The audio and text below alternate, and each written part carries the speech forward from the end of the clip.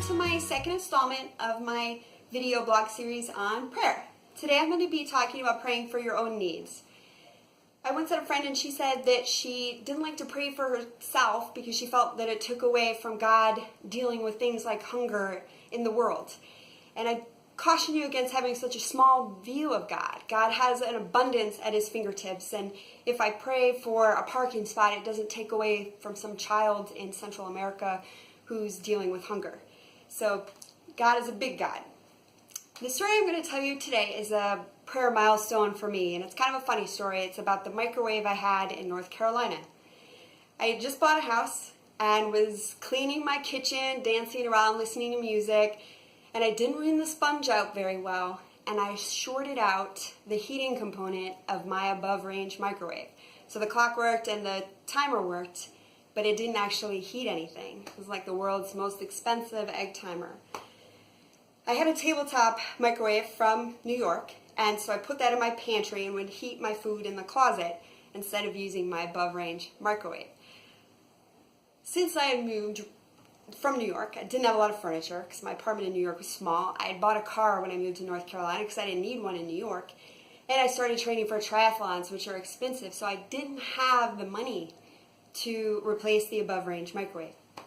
I put it on my prayer list that God replace the microwave in the least expensive way. So that was the prayer. Because I was trying to furnish my home on a budget, I would go to Habitat Restore usually once a week or every 2 weeks. So one day I'm walking in there, and I always hit the appliance aisle to check for the microwave. And there it was, my microwave, sitting up on a shelf for $40.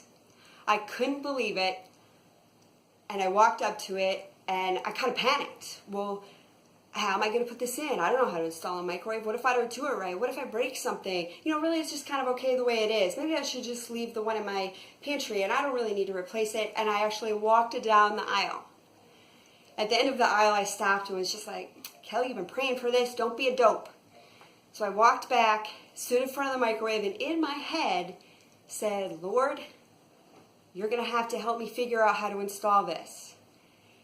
And literally the next second, a voice comes over my shoulder and says, that's a great microwave. I just installed one an hour ago. I wish I could have seen the look on my face when I turned around. And I said to the guy, I was just wondering how I was going to do this. And he's like, oh, it's really easy. Let me show you. And he got paper and a pencil, and he drew it all out for me on a diagram. And you know what? I bought that microwave for $40. My friend and I came and picked it up the next day, and we installed it in 5 minutes. So this story is important to me, and that I always go back to it for 2 reasons. One, have you ever prayed for something, and then when it started to happen, you realize that now you have to step out in faith, that now God has opened up the door to the opportunity, and now you have to step through it, right? It's scary sometimes. You pray for something big to happen, and it starts to happen, but now you're on the line.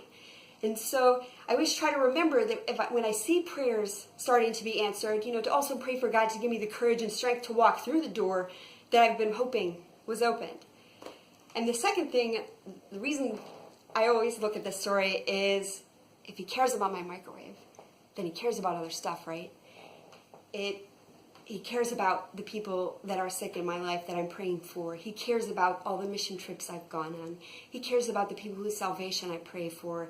He cares about the life person, my future husband that I pray for. He cares about those things too. If he cared about my microwave, then these other things are really important to him too. And just because I don't see the answer doesn't mean he isn't working. Because I didn't see the answer for the 6 months that I prayed for that microwave, right? When someone was getting rid of it, someone was transporting it to the Habitat Restore. I didn't see any of that. I only saw when the prayer was answered. So keep that in mind when you're praying. If you feel like God doesn't hear you, I want to just encourage you to just keep going, keep at it, and keep having faith. Okay, great. I'll see you next week.